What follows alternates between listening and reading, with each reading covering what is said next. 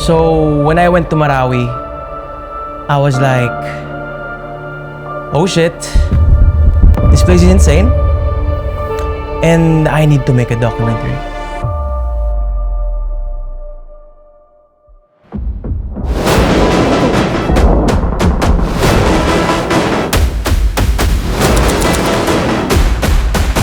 So we went to the most affected areas, saw these buildings that up until now, 9 years had passed, but it's still destroyed. Uy, may ano po, sapatos na sundalo. Proud ISIS. ISIS, another one. Ito po, what the hell? Siguro familiar sa inyo itong bangko na to. PNB, Philippine National Bank. And then papunta na dapat kami na airport, pabalik ng Manila, when Sleng noticed, nawawala yung maleta ko. Saan nawala?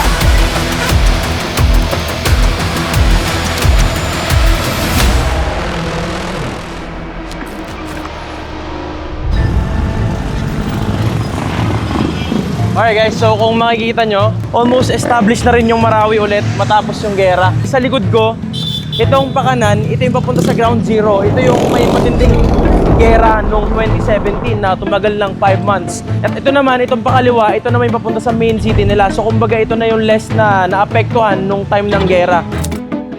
Ngayon, papunta kami sa ground zero ng Marawi, yung mga wasak-wasak na bahay.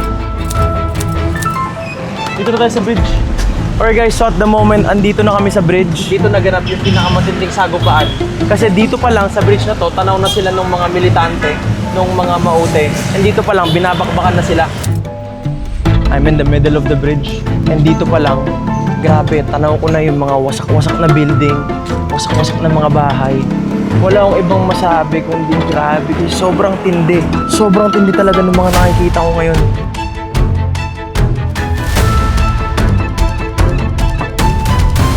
And guys, take note, andito pa lang tayo sa bridge. Dito pa lang magsisimula ang lahat. Meron pang house number 51. Grabe, butas-butas no? Grabe pre, as in, wasak lahat. Butas, sunog at talagang wasak ang buong bahay. Panigurado isa rin to sa mga nabomba nun. Hindi na siya na-renovate, no? Hindi na. At meron kaming pinasok na isang eskinita. Tingnan mo pre, may underground. May underground sila. Grabe, siguro may mga nagtago rin dito. No? Ano mo? Alam mo yung sa ano? Yung sa Call of Duty, pre. Call of Duty, PUBG. Para akong nasa laro. Pero this time, totoo na. Totoong mga bahay, totoong pangyayari, at totoong trahedya. Imagine kung gaano kasagana dito dati, no? Kaya natin pasukin.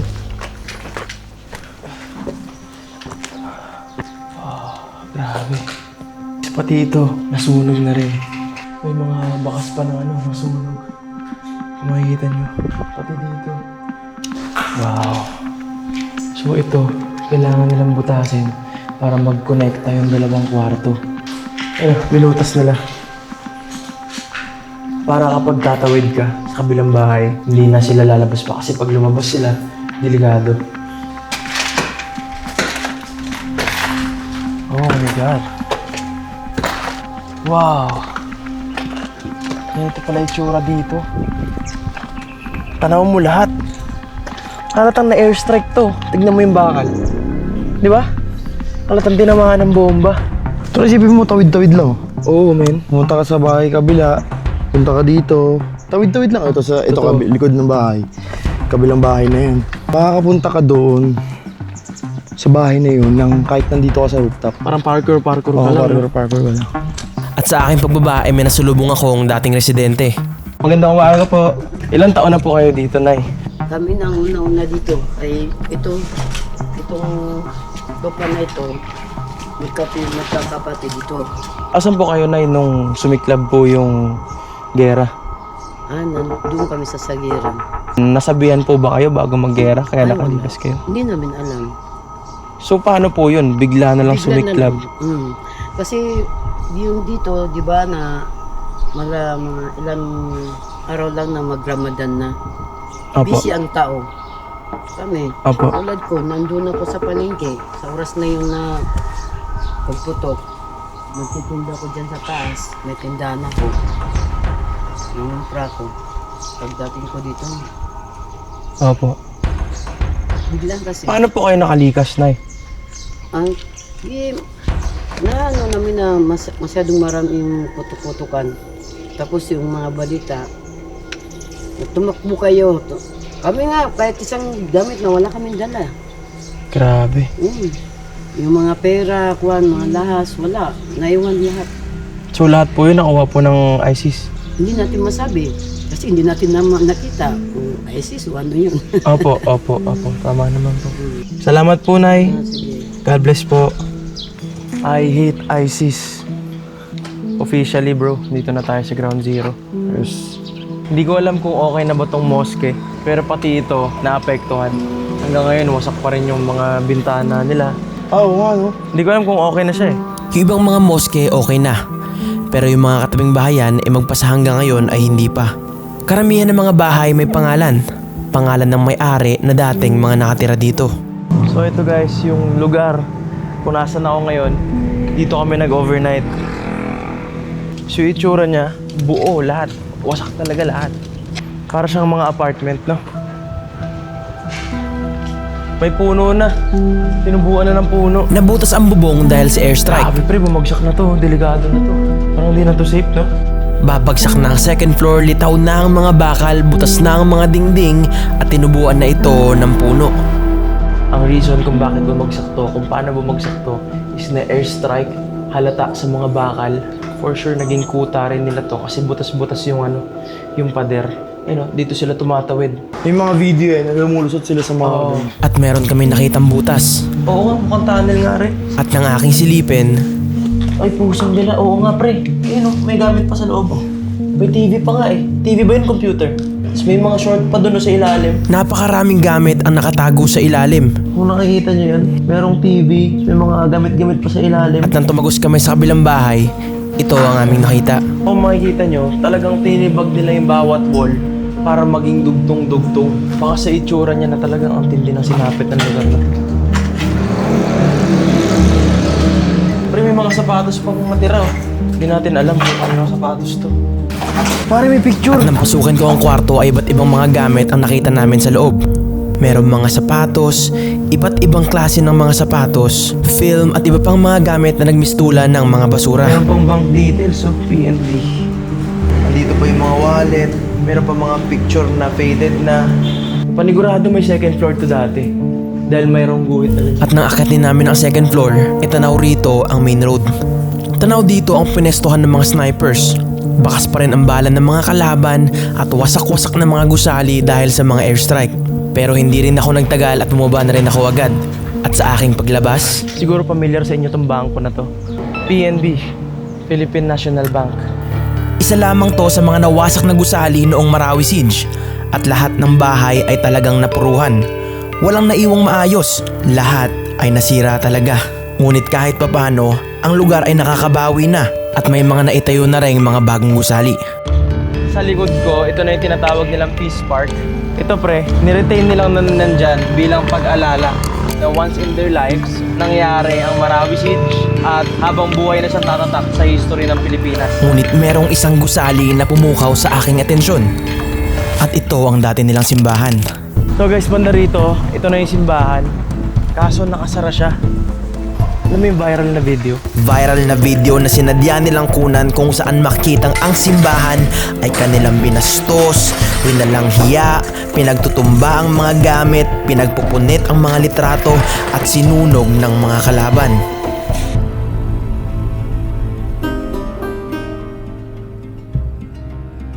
At ngayon, ito na ang kanyang itsura.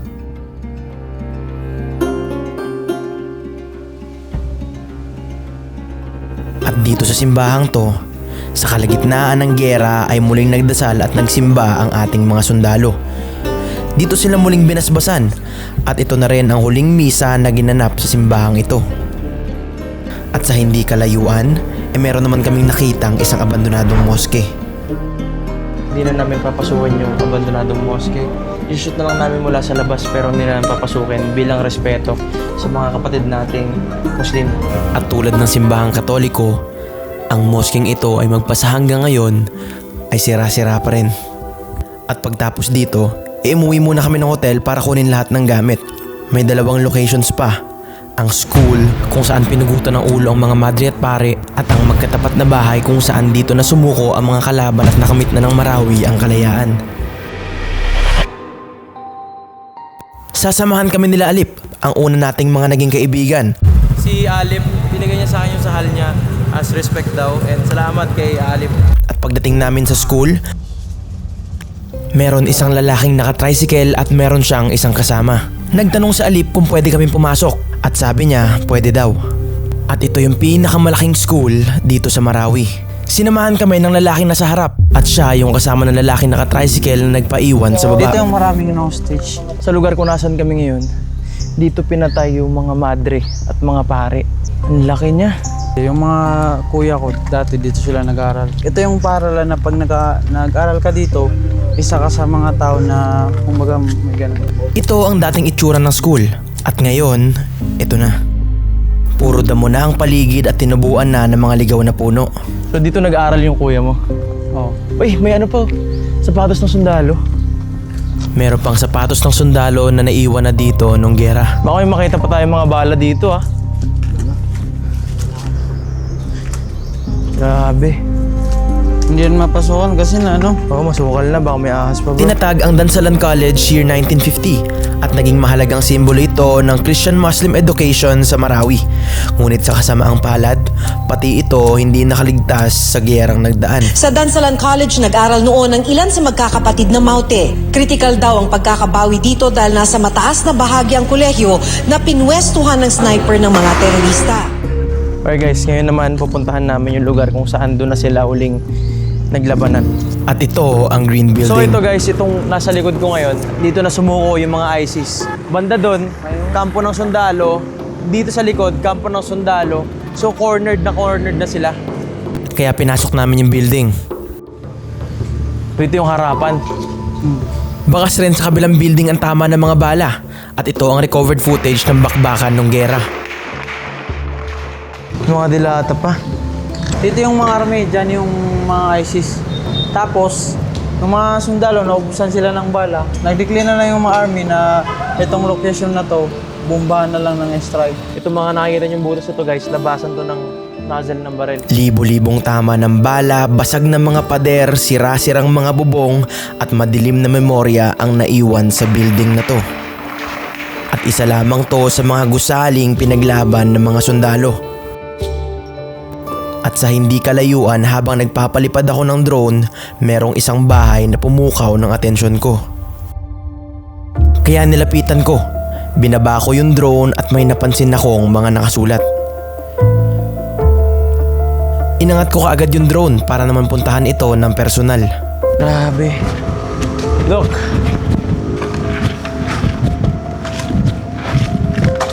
Badass. Proud ISIS. ISIS, another one. Ito po. What the hell? Home of ISIS. So naging bahay ito ng mga maute. At masasabi kong literal na mansyon ang bahay na to. Actually ito anytime babagsak na din. May picture pa guys. Meron pa tsinelas ng bata oh. Tsaka painting. Ito na ang itsura niya ngayon. Bulok na ang mga kahoy at mukhang hindi na magtatagal, may posibilidad na guguho na lang bigla ang bahay na to. Maraming alaala ang naiwan sa lungsod na to dahil ito ang pinakamatinding giyera ang naranasan ng Pilipinas matapos ang World War II. Unti-unti na nakakabangon ng Marawi, nanunumbalik na ang sigla at kung tatanungin ako, ang tanging hiling ko para sa kanila, sana ang kasaganahang to ay magtuloy-tuloy na.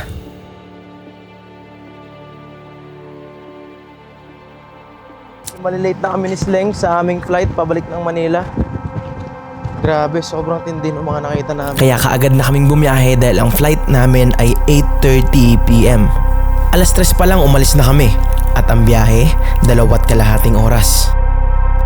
Pero nakakaisang oras pa lang kami sa aming paglalakbay, magsa-stop over sana nang matuklasan naming may nawawala. Saan nawala? Hindi ko alam pre, bukas pag mo. Saan nawala? Hindi ko alam pre.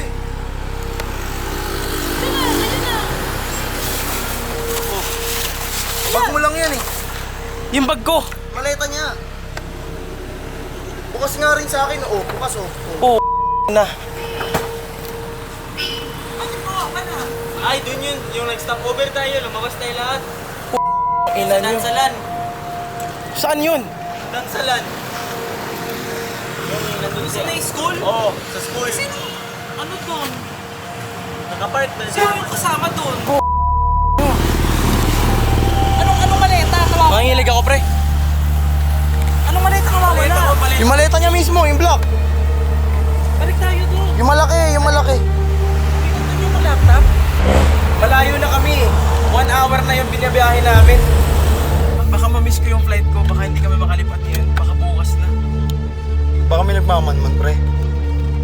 Maleta mo lang eh. Maleta ko lang. Alam nila na maleta mo yun. Kung mga damit lang makukuha sa'yo, yun medyo okay pa. Madali mapalitan eh. Mga equipment mahirap eh. So Lord na bahala. Malakas yung pakiramdam ko na sa school to nawala dahil masyado kaming nagpakampante at lahat kami umakyat sa taas. Pero sa pagkakaalala ko, yung lalaking nakaitim ay nagpaiwan sa baba. Baka sakaling nakita niya kung sinong nagnakaw at paano ito nawala. Sige, baka pwede niyong hanapin, pre, kung baka doon binuksan, kung saan nagtago. Iniikot-ikot namin, baka maabutan pa namin ha. Ali, pwede pa suyo yung mga yung mga bahay na abandon doon, baka mamaya doon itinapon, doon pinagbubuksan. Wala kaming choice kundi mag-book ng panibagong flight. Hindi na kami aabot dahil kailangan namin bumalik sa Marawi.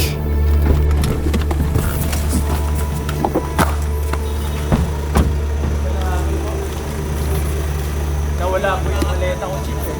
Paglagpas na po ng Marawi sa may DPWH po nakasarado yung kalsada. Oo. Doon po, may kainan po kasi doon, kakain po kami. Pag silip po namin sa likod, parang iba po yung ayos ng mga maleta namin. Tapos, pabarap mo sabi po namin, parang may kulang na maleta. Opo. Ikaw nyo na lang, i-gutter nyo na lang. Kaya ito, i-hold muna namin sila. Sinubukan naming maghanap sa paligid kasi baka itinago lang sa kung saan pero wala kaming nahanap. Kaya dumiretso na kami sa police station. Sinubukan kong i-document lahat ng pangyayari. Ngunit pagpasok ko sa loob, Pang-document ko lang yun. Hindi pwede yun. Okay, chief. hindi ako pinayagan. Halos 1 oras kaming nag-usap-usap sa loob. Wala daw silang alam sa pangyayari pero meron kaming natuklasan. Yung mga operative namin, matagal na din yan hinanap. Kasi sagot yan sa mga tornapin. At saka tornapin. Mahanap man o hindi, at least may nahuli po kayong kriminal. Hinahanap din pala sila. Hinahanap din sila. Bali, tinutugis din pala sila. Oo, hinahanap din sila. Ngayon, possible nating makuha yung maleta. Kasi may pinababa dun sa area. Tapos, tutangin na, sila para kilala din nila yung mga magnanakaw dun. At maya-maya dumating na yung inutusan ng mga pulis. Pinuntahan namin. Doon sa mga sulok doon. Parkingan yun. Nakita ko yan sila doon sa taas. Nakamatmat pa sila sa inyo. Makukuha kaya natin ngayong gabi? Bukas. Wala sila kasi ngayon. Ang mangyari lang dyan, kung makuha natin yun, yung handler ko doon, bibigyan natin siya ng backstop niya. Pero inshallah, bukas makukuha natin yun. Inshallah. Kahit makauwi man kayo, makukuha natin yung price. Pwede naman mapadala yun. May nagpakilalang tutulong at kaya niya daw maibalik yung maleta. Sa huling pagkakataon ay nakausap ko ang mga hinihinalang suspect pero wala daw talaga silang alam. Ang rason kung ba't na-detain sila hindi dahil sa amin, kundi dahil may problema rin sila dito. Ayon sa mga pulis, maya-maya rin ay makakaalis na sila dahil bawal silang mag-detain ng matagal lalo't wala kaming sapat na ebidensya. Kaya minabuti na muna naming bumiyahe na rin dahil mahirap na baka kami pa ang balikan. Minabuti na namin na magpailigan na lang muna kasi I really don't feel safe dito sa Marawi right now. Kahit wala akong maleta, ayos lang. Mas mahalaga ngayon yung buhay namin. Umuwi kami kinabukasan nang wala yung maleta Makakabawi rin tayo. Si Lord na bahala doon. at ligtas naman kaming nakabalik ng Maynila. Pero makalipas ang 4 na araw, merong tumawag at yun yung nagpakilalang tutulong. Na-trace na namin kung sino kumuha na huli na namin. Tapos, nung kinausap, dinala namin sila kay Chairwoman dito. Oo. Sabi namin, yung mga gamit, aside yung dinala, sabi nila, nabenta namin. Sabi ni Chairman, kailangan makuha natin yung mga gamit. Tapos sabi nila, makuha natin ang kaso o problema. Nabilin na kasi nila yun. Nabenta na daw nila at hindi nila alam kung paano ibabalik. Ang rules dito, alam mo naman dito kapag mga Muslim, pag may nagdita sa kanila, dapat kung kukunin mo, ibibigay mo yung pagkano nila binilin sa kanila. At kung gusto ko daw itong makuha, kailangan kong bilhin doon sa nakabili yung maleta ko. Pero magkano ba lahat yung nabentahan nila? Nabenta nila 5K lahat. So, ang sabi ng chairman, hindi ko ibigay yung 5K. Ang ibibigay ko lang sa 3-5, dapat makuha niya lahat. Sige brother, pwede naman. So, 3-5, ganun? Instead na 5K, 3.5 na lang daw. Yung sabi ng chairman, 1 week, makukuha mo na yung gamit mo. Yun ang sabi niya sa akin. Ano yung kompleto yun brother, lahat ng gamit? Kompleto ko, sabi ng chairman, kahit isang kusing, kung may nakalagay man doon, dapat kung paano nyo kinuha, ganyan yung binibigay sa akin. Sige brother, willing naman akong magbigay, mabalik lang, mahalaga talaga yun. So same day, March 4, nag-send ako. Pero ito na rin yung una at huling araw na nakausap ko siya ng matino. Lumipas ang ilang araw, ilang linggo, isang buwan, 2 buwan, wala pa rin ako nakukuhang balita. Ito lang naman ang aking karanasan at hindi ibig sabihin nito ganito na sa buong Mindanao. Hindi mapagsamantala ang mga Muslim, sadyang ang mga masamang tao kahit saan pwede mong matagpuan. So hanggang ngayon, wala pa rin yung maleta. So, ano yung natutunan mo sa nangyari? Kung may matututunan ako sa nangyari, siguro always stay vigilant. Huwag ka masyado magpakampante. At ang pinaka is huwag ka nang agad magtitiwala.